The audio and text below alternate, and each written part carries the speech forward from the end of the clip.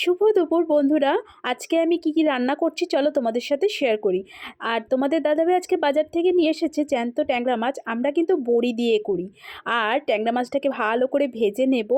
আর এই ট্যাংরা মাছ কিন্তু আমরা রান্না করি সমস্ত রকম সবজি দিয়ে, শীতকালীন যে সবজিগুলো সেগুলো দিয়ে। আর করব আলু পোস্ত। দেখো শীতকালীন সবজির মধ্যে সব কিছুই এখানে রয়েছে।